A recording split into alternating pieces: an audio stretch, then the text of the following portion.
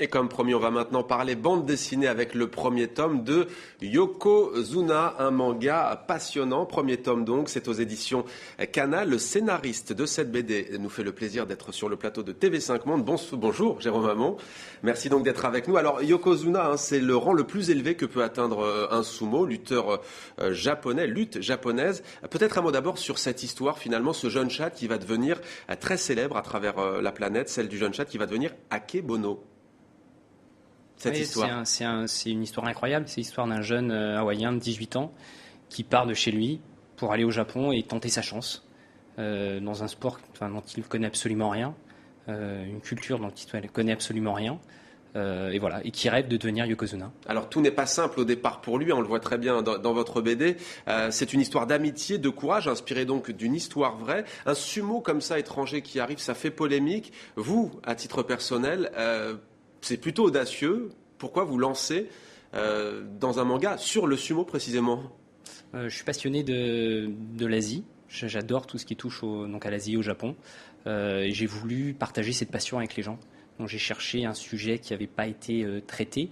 Et donc je me suis intéressé au sumo. Et j'ai été fasciné tout de suite par ce sport. Et j'ai voulu, encore une fois, partager toute cette passion avec les gens. Alors en principe, les mangas se lisent, on commence par le sens inverse des livres occidentaux. Vous avez fait le pari de commencer par le début, pourquoi ? Parce que la bande dessinée française, les romans graphiques français se lisent de gauche à droite. Et du coup, même si la thématique est liée au Japon, et même si le style peut être proche du manga, on a voulu faire un roman graphique. Oui. Donc, pour la pratique aussi du lecteur, voilà. Et des lecteurs et ceux peut-être qui ne sont pas initiés. Alors pour s'intégrer à la culture japonaise, il va lui falloir beaucoup de courage, il faut faire sa propre révolution. Vous insistez beaucoup sur l'humilité. Oui. Vous qui connaissez la culture japonaise, c'est vraiment un des credos ? Oui, c'est très important, surtout dans le milieu du sumo. En fait, les sumos sont considérés comme des demi-dieux et on attend d'eux qu'ils aient une dignité extrême, en fait. Alors, votre BD est là pour nous le rappeler, le sumo est bien plus qu'un simple sport. Ce n'est pas seulement un sport de lutte japonais, c'est un art, un rituel. Je vais juste citer ce passage. Voilà ce que se voit dire Chad à un moment donné lors d'un entraînement, d'un exercice. C'est pas une chorégraphie qu'on fait pour divertir le public avant le combat, c'est un rituel religieux. Tu comprends, lui dit-il, cette religion, c'est donc le shintoïsme. Vous, avant cette BD, quelle était votre expérience précise justement de tout cela ? Une expérience purement théorique, en fait.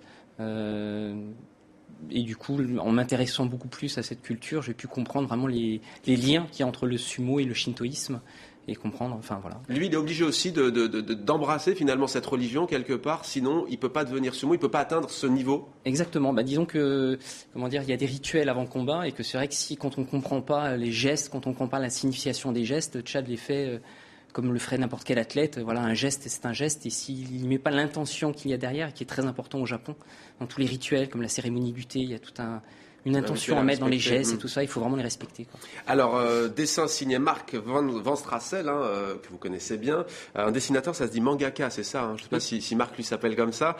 On le salue s'il nous regarde. C'est très épuré.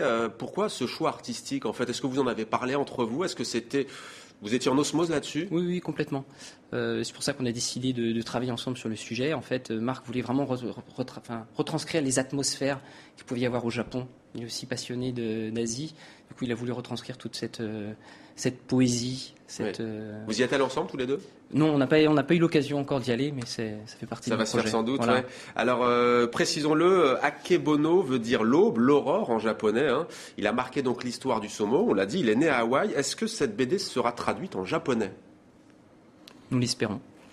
Alors, une question aussi sur lui-même. Il est né en 1969, il a 43 ans aujourd'hui. Que devient-il ? Aujourd'hui, Est-ce qu'il vit à Hawaï ? Est-ce qu'il vit au Japon ? Il vit au Japon toujours. Il Ouais. a été naturalisé et aujourd'hui, il vit. Il fait complètement autre chose de sa vie, choses qui ne sont pas du tout liées au sumo. En fait, il a été dans la Karin, qui est un art martial japonais. Un autre art martial. Un autre art martial, voilà. Exactement. Ça, c'est pas très bien vu. Non, ça n'a pas été très bien vu dans le milieu du sumo. Et du coup, voilà, pour l'instant. Le tome 2, c'est pour quand ? C'est pour août. Le mois d'août prochain. Yokozuna, tome 1, donc Jérôme Hamon, Marc Van Strassel, c'est aux éditions Kana. Merci beaucoup à vous, Jérôme Hamon, d'avoir répondu à nos questions. Voilà, une BD à offrir ou à s'offrir en tous les cas. C'est passionnant. Merci à vous. C'est ainsi